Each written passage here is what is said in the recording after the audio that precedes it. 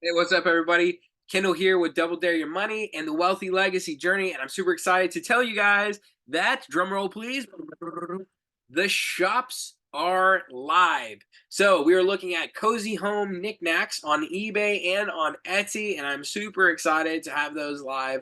And it was really cool just to be able to get those up and active. And so Libby and I, we actually last week we worked on these on Saturday. We started about 7:30 in the evening. We finished about 10:30 in the evening until we were just done. So we've been working on, Double Dare Your Money, and Libby's been so gracious to help me with this.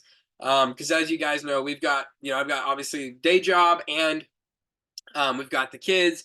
And then I also do the Wealthy Legacy Journey. I do a bunch of other stuff. And so I could not do what I do without her. Libby is awesome. She's an absolute rock star. And I would say if you're going to double dare your money, I would highly recommend you do it with a friend, with a spouse, with a partner, with somebody to make the journey just way more fun and not to have to do it all on your own. It's also just some healthy accountability in there too.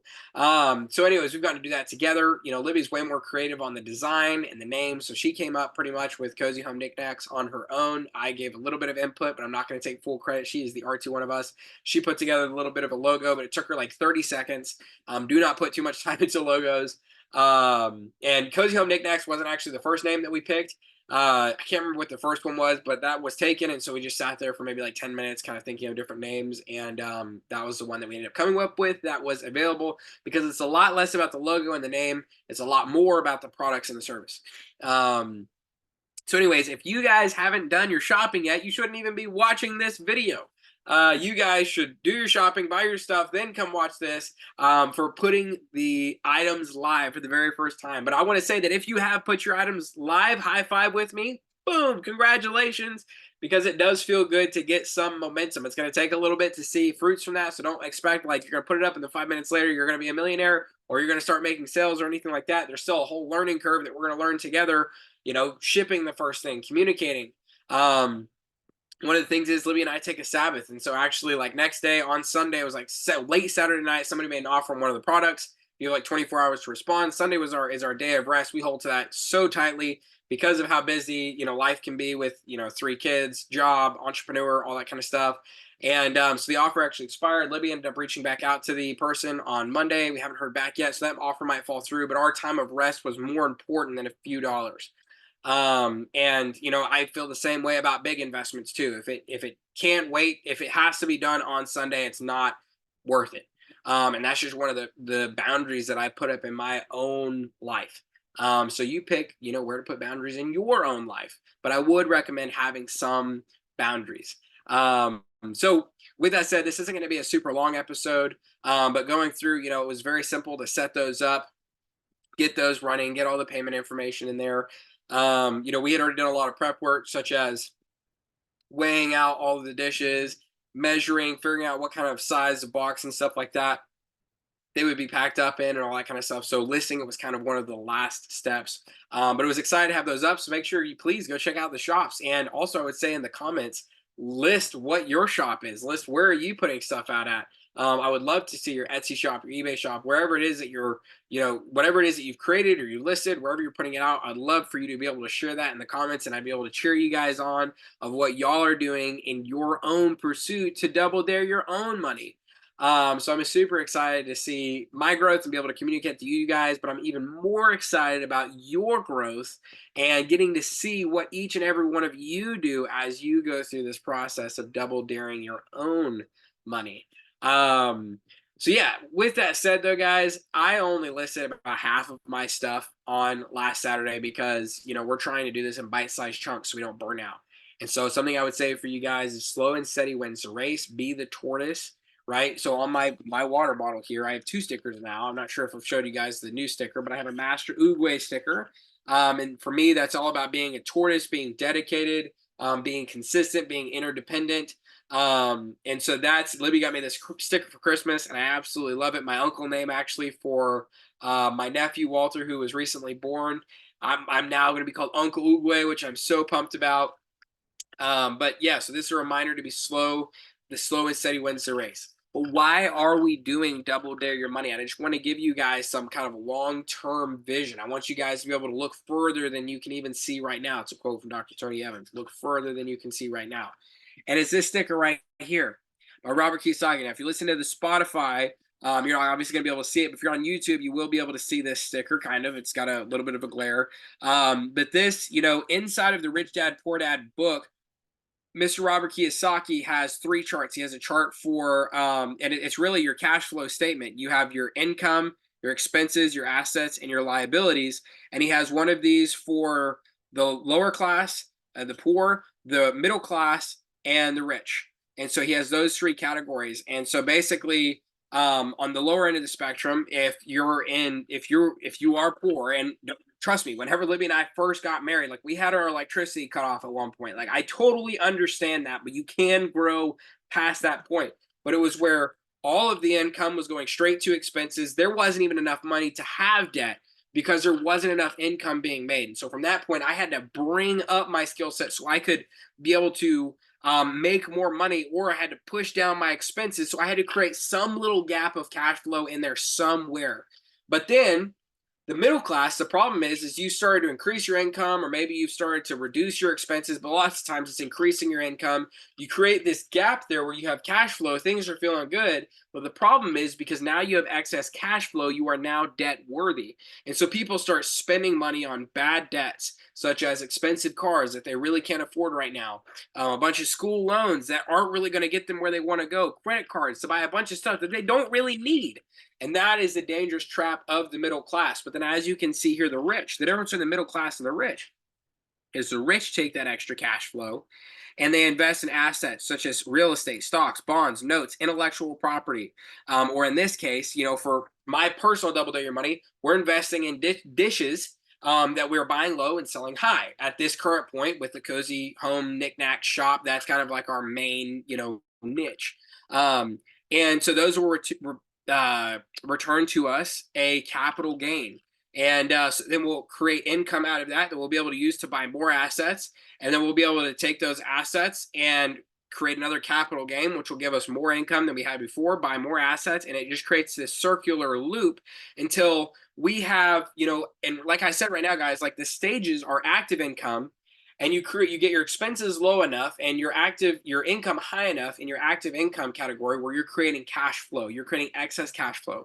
Then you take that excess cash flow and instead of putting it into debt, you put it into active investment income, where you are turning, active income, you're turning your time for money, and active investment income, you're turning your time and money into more money. And so that's what we're doing with these dishes. And eventually the long-term goal is you have enough money where you can just put it into passive investment income, where you are using your money to create more money. You're not using your time anymore. You have enough set aside where, let's say you have $1 million and you can invest it into like some fund at 10% annually. And so you're making $100,000 a year off of passive investment income. And you don't have to do a thing. You're just getting that payout from the fund. Now, you probably do want to monitor the performance and the health of that fund or whatever it is that you're a part of. But that's the stages that we're going through. So right now we are very, very small. We're very low on this spectrum, starting at $75 or $74.58. But what I want you guys to see is the importance of being able to look further than you can see right now. It's not about the $75 we're starting with. It's not about how we're only going to make, basically another $75 when we double our money. It's the fact that we are getting good at this process of we got cash. As we know, cash is an asset. Right now, because of inflation, it's an appreciating asset. It's a highly liquid asset. We're exchanging those assets for other assets that we are getting with equity in place, such as these dishes. We're getting them half off or a third of what we can sell them, like half to a third of, even 10%. We're buying for even up to 10% of what we can sell them for on eBay and Etsy. And so we have equity, and then we sell those through our active investment income to pull that equity out of it. And then we just keep looping that process, So what I want you to see is it's not about the $75. It's good at finding deals, at finding equity in the market, that in these inefficient markets that people aren't utilizing. And we can use our money to access that equity, tap into that equity, and be able to draw that equity back out. And what I want you guys to realize, this isn't stealing. Like, so many people just feel like this is kind of like a nasty thing. But I want you to think about this. Specifically with the dishes, this is a great example. So somebody didn't want that anymore. So they donated it to the thrift store. Well, that thrift store has to make money to keep their lights on, and they're pricing it at X. And so we can see, hey, if we go online, there's somebody on the other side of the United States who really wants to buy that product, and they're willing to pay quite a bit more than the thrift store is asking for this. The thrift store got it for free. They're asking for X amount, and they do that to keep people employed, to keep their lights on. That's their business. So I'm buying it for that. But I know that, hey, there's people all across the US or something like that that want this product for a higher price. So I'm taking the risk by investing my asset of cash, and I'm turning that liquid cash into a not very liquid kitchen dish, but with the hopes of being able to create a return, a capital gain by tapping into that equity. But I've provided service all the way around. The person who is trying to clean stuff out of their home, they received a service when they got to drop it off at the thrift store to do some good. And they might even gotten some sort of like deduction note for like a tax deduction, depending on how much they donated and what that process looks like. The thrift store, I provided a service for them by helping them to move inventory. That created cash flow for their business and also opened up shelf space to put more stuff out on the shelves. I also created value for the person across the United States who really wants this dish, and where the thrift store is selling that dish for $3, this person wants to buy that specific plate for $15 or for $30 or whatever, and they really want it, and that's what they're willing to pay. So I'm providing a service in multiple different ways, but then through providing that service, I am able to pull equity. But as you guys can see, that if I was doing this for somebody else who was trying to make a profit here, they would have to pay me very, very little in order to be able to still make money. If I was just looking at this as trading my time for money, active income, I would get paid minimum wage because there's not very much margin here. But the second that I turn from active income to active investment income, where I'm investing my time and money for money, everything changes.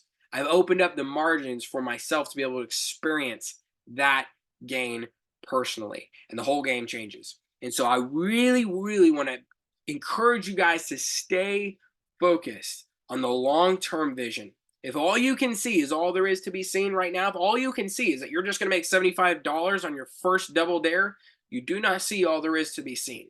I hope that you guys can see the big picture of what we're doing here, what we're learning, and how we're trying to train our brains in the lessons of investing. And by the way, that quote, if all you see is all there is to be seen, then or if all you see is what you see, then you do not see all there is to be seen. That is another quote by Dr. Tony Evans.